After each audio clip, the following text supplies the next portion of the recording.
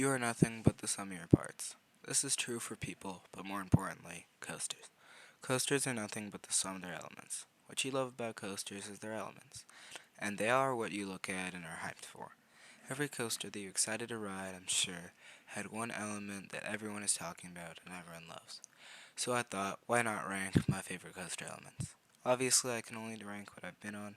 For reference, important parks I've been to are Universal Orlando Islands and Studios, Busch Gardens Tampa minus Kumba, ride closures are annoying, Kennywood minus Steel Curtain, and Phantom's Revenge.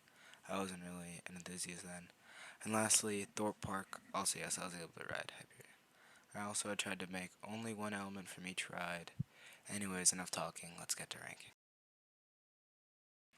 So as you could probably guess from my parks list, I haven't been on much, and there are definitely not going to be world-class elements all over this list.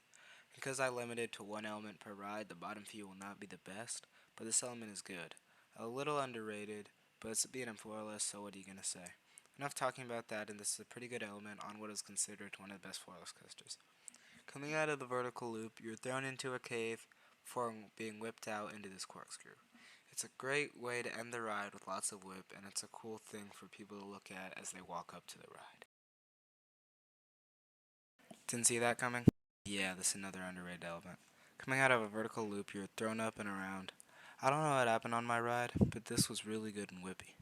I wasn't expecting much from this ride, considering everyone saying it wasn't the best, or just not talking about it at all. But this caught me off guard, which might have contributed to this. But nevertheless, it was a great element with plenty of whip, and is underrated in my opinion.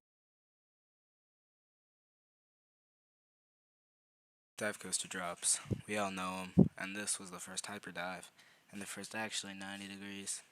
Dives are called one-trick ponies, and this is the one trick, but it does this one trick very well. Coming off of that 200-foot lift over the hold break, you don't know when the drop's coming, but you know it's coming. 200-foot drops are always good, and it being 90 degrees makes it a lot better. And obviously, this in the back row is amazing. The airtime is strong floater to weak ejector, and the front gets weaker, but it's still good. And the drop itself is good. Any turner footer is, but it's a dive coaster drop. We all know them, and they're good. I would say we all love them, but some people just don't like dives.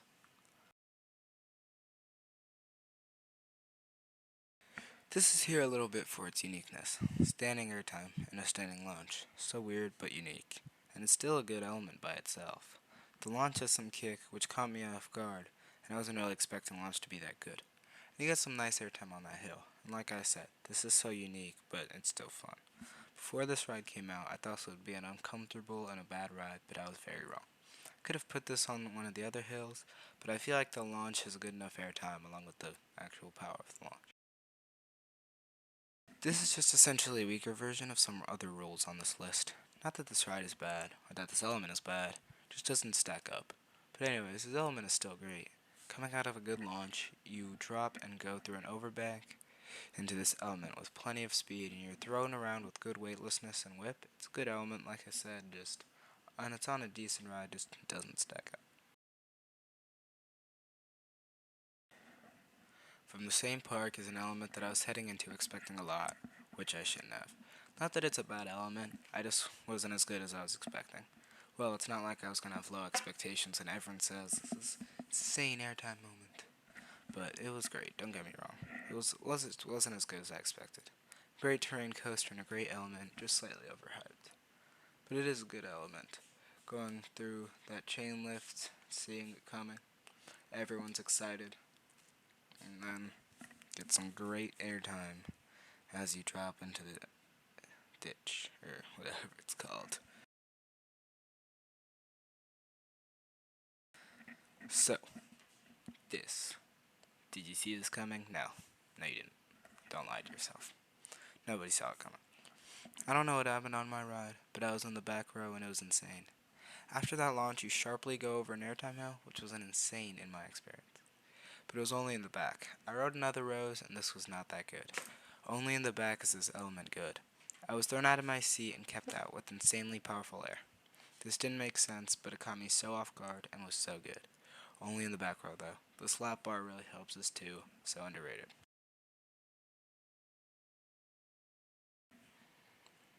Everyone knows this launch, and everyone loves it, and even though it's a tire launch, feels like an LSM launch, and a strong one at that.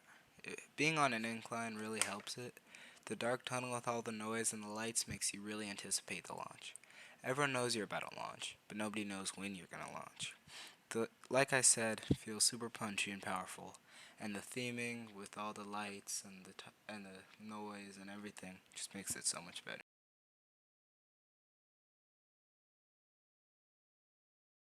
Flying coasters, graceful rides, flying around with some inversions and then pretzel loop. This element is so intense. Comes right after the drop, meaning you as much speed as you're gonna have, and you feel like this is trying to punch you into the ground. You nosedive before being crushed by positive G's while on your back. This flyer is a great ride, and this is a great element. So powerful.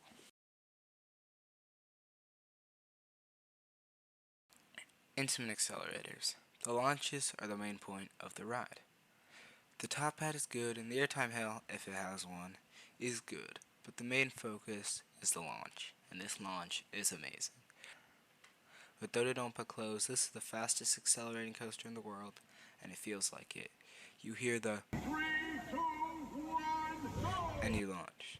You are pinned to the back of your seat as you speed down the launch track with the wind in your face, and it's a great element. You feel all the speed and all the acceleration. It feels amazing.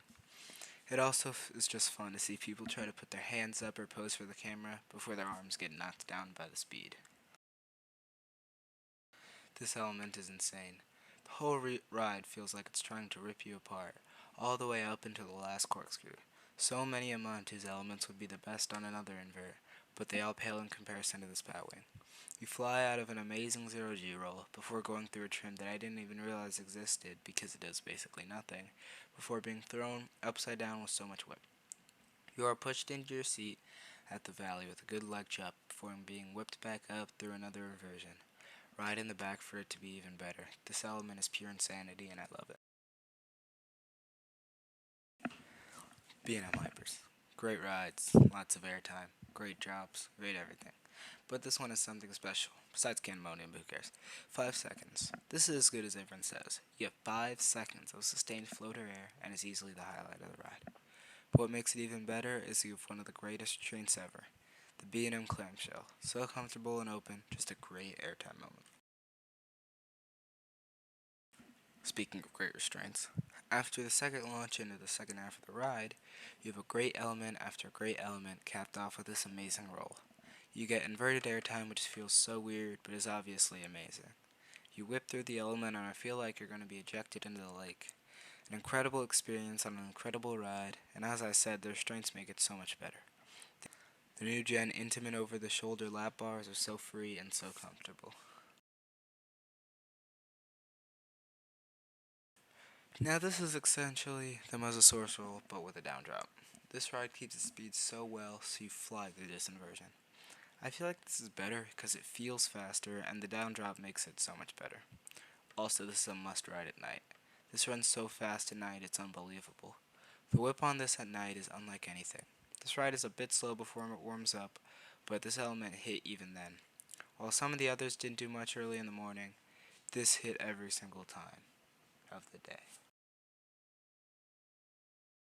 My favorite element. Also, it's my list, I can call this one element. I think this is one element because there's zero track between the inversion and the Outer Bank, but that's just my opinion. Anyways, this element is crazy. The airtime on the Outer Bank is so powerful, and while the barrel roll doesn't have as much whip as the last two, it's more of hang time than whip, but the power of the Outer Bank is so good that it's up here. Not that the barrel roll is bad, I love hang time, and that really adds just an amazing element.